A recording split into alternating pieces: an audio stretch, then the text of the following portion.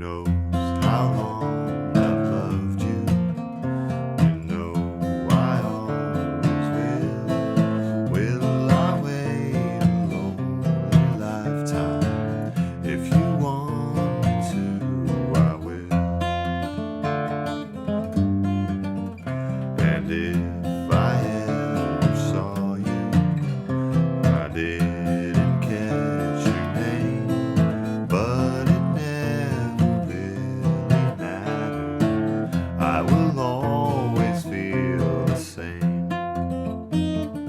Love you forever and forever. Love you with all my heart.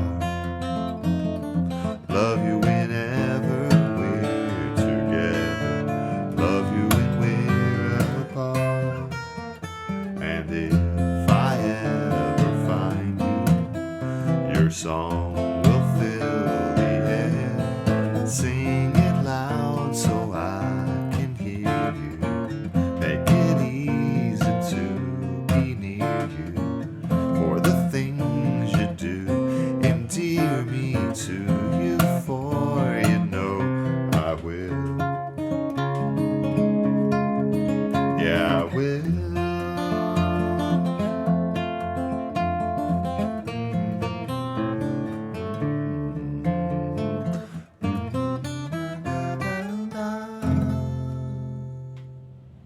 Hey everyone, welcome to MT Guitar. Today we're doing I Will by the Beatles, which is arguably one of Paul's most gorgeous melodies. He even says himself that it's probably one of his best melodies that he's ever written. This was written in Rishikesh, India, and appeared on the White Album. Paul and the Beatles were studying Transcendental Meditation with Maharishi at the time. And really, it was an interesting time for the Beatles because they had just finished their psychedelic phase with Magical Mystery Tour, and before that, Sgt. Pepper. And, you know, those albums really, I mean, there's not a ton of guitar work necessarily. It's a lot of interesting technological things. They had stopped touring, so they were more interested in becoming a studio band, making concept albums, etc. And you know, using all the toys of the studio in this very exciting time.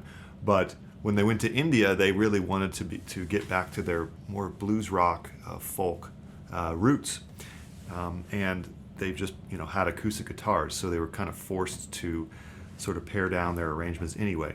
So they wrote many of their big acoustic hits, like Paul wrote Blackbird, of course, and John wrote Julia and many others. So Donovan was in India with the Beatles, and he helped Paul with both the lyrics and the guitar chords and voicings. I guess the original lyrics had to do with the moon, and then Paul decided to rewrite the lyrics as a love song. So just a beautiful song, and I had a real fun time combining both guitar parts. Let's talk about the studio recording a little bit. George Harrison was not present for the recording of this. It took 67 takes to finally get the one they wanted, which is typical of Paul. He really was a perfectionist and had an incredible work ethic. And Paul's playing both guitar parts. There's the rhythm part, right? And then he does a 12-string overdub with the lead part. I went ahead and combined both versions. As you're probably not surprised with my channel, that's what I like to do. But I'll show you how to just do a basic rhythm track as he would have played it and continues to play it live. And then Ringo played some bongos and maracas and stuff like that, and John, did some woodblock stuff. So kind of a stripped down arrangement. But what I really love about this song, besides the melody and the lyrics, is tons of chords, right? I mean, Paul is such a masterful songwriter and really knows how to use each chord to his advantage. And so he throws in a diminished chord, he throws in dominant seventh chords, etc.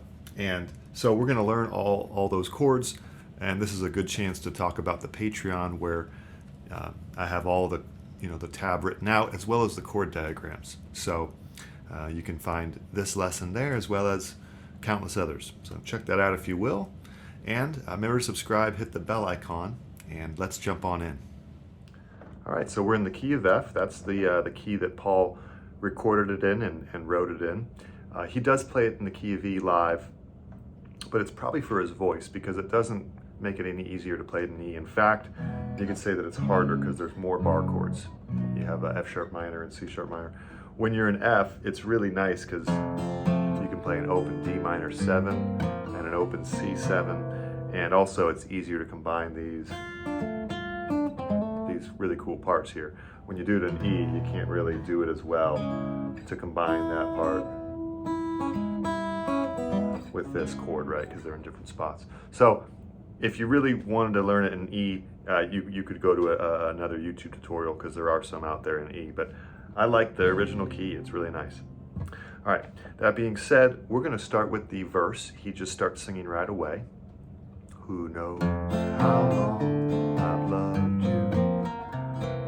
All right, and what I recommend is bass, up, down, up for each chord. So F, bass. When I say bass, I mean the 6th string with your thumb.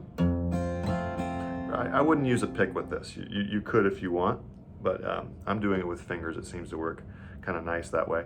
So bass, up, down, up. Now if you want, you could go down, up, down, up. All right, pretty much the same thing.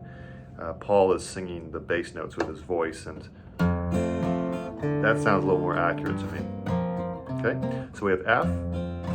Now we get to play some really cool chords here. Here's a D minor 7, which is like an F triad here with a D bass. So really cool. In fact, the D minor 7 is literally an F triad over a D bass. But that's a topic for another video. So bass, up, down, up, D minor 7. Now you could just play a regular G minor bar chord, totally fine, but I want to keep in this area, so in my arrangement, I'm doing G minor 11. So that would be 3rd fret, skip the 5th string, 3rd fret, 3rd fret, 1st fret. And that keeps a lot of these voices from staying, keeps a lot of these voices from moving too far.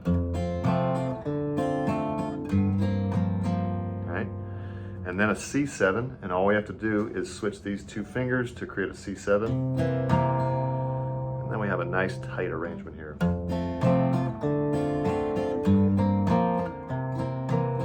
Okay, so those are the first 4 chords.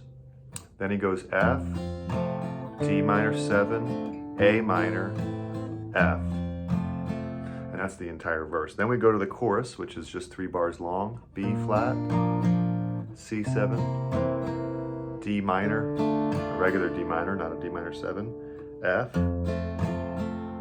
B flat, C7, and then we're done. Then we play the riff, which I'll teach you in a sec. So let's just run the verse and chorus because that's the basis of the structure of the song. All right, nice and slow. 3. Who knows how long I've loved you?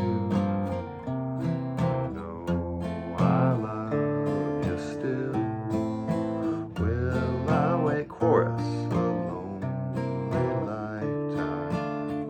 If you want me to, I will. And that's really it. Now we have this awesome 12-string guitar that goes over F, D minor 7, G minor 11, C7, repeat. Actually, no, not repeat. The first time he just does it once. So that would be totally optional. You could just play with your friends or your band and go like that twice. So that would be 1, 3, 2 if you wanted to do the parts separately. Okay, 1, 3, 2, 1, 3, 1, 1 to 2 hammer on. But let's try to combine it. It's really fun. Oh, sorry. So it's an F6 here. Okay, so you're going to go bass,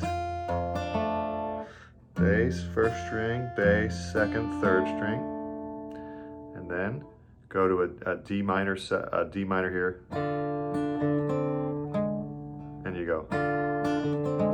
So that would be 4th and 1st together, 2nd, bass, 1st fret, 1st to 2nd fret, hammer on. Kind of tricky, right? Okay, now we go to a G minor 11.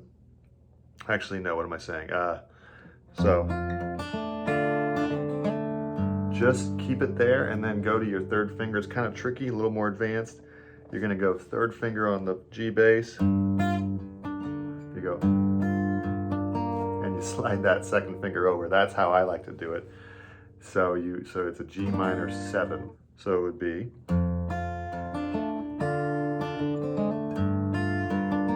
like that, and then I would just strum a C7 chord because we're getting back into the verse. You could try to you could try to do the riff really quickly, but then we don't really have time because we got to go to the verse. So the whole thing one more time.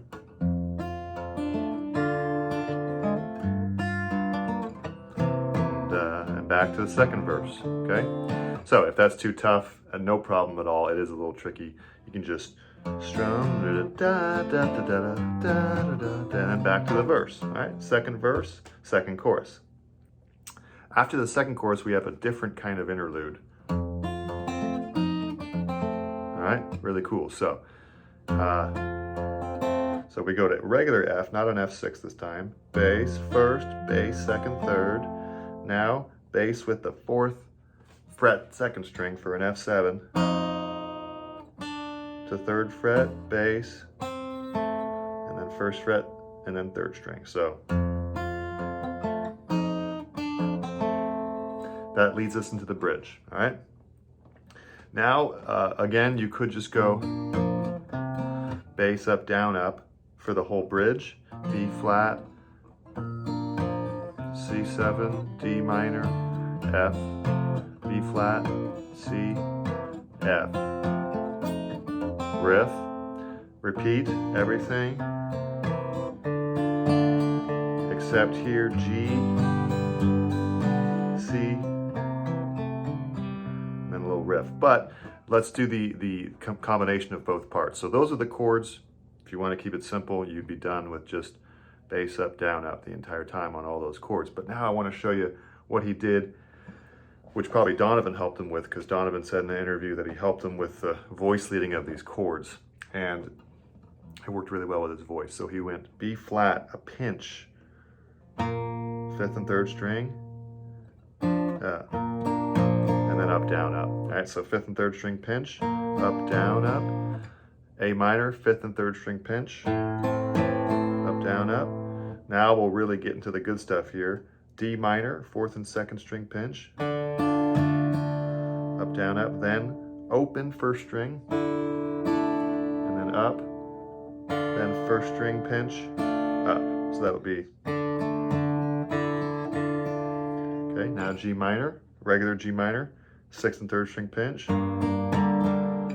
C7, 5th and 2nd string, and then and then F, the riff. Repeat. A.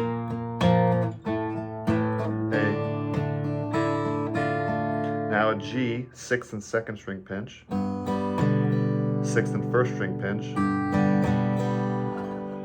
and then if we're going to combine the parts, we'd go here, which is kind of weird, but it's 8th fret, 6th and 1st strings, 5th fret, 3rd string, and then we move it down. Okay, so kind of getting advanced, but I wanted to throw it all in there. And then you're back to the last verse. You could just go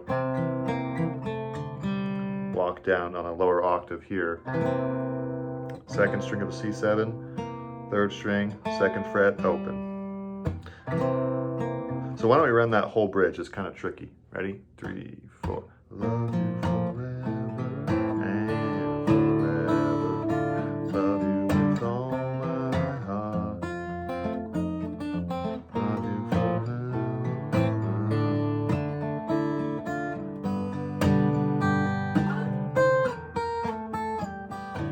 Okay, back to the verse. Easier said than done, I know, so you're welcome to just strum and not worry about it. All right, now for the final verse, it's just the same, but then the chorus is different. So when he goes,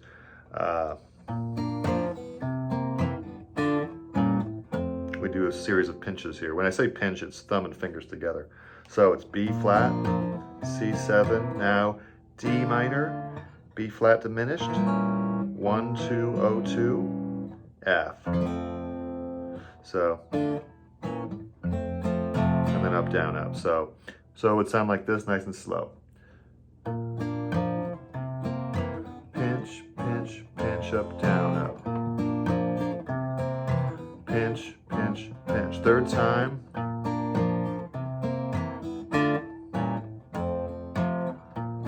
And then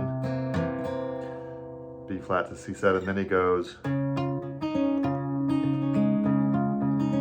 yeah, will. Okay. If you want to just keep it simple, you would just strum D flat, regular. But if you want to throw in that riff, it's bass, second string. You got to finger it like this to get the bar going. Release the pinky, third string, and then go all the way down to fourth string. Twice. And then F. F6, I should say, and keep it there.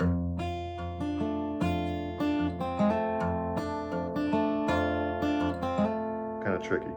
For the outro, da da da, B flat, A minor, D minor, G minor, C, F. But if you want to do what I did, it is on the tab, but it's just going to play it because it's too much to say. But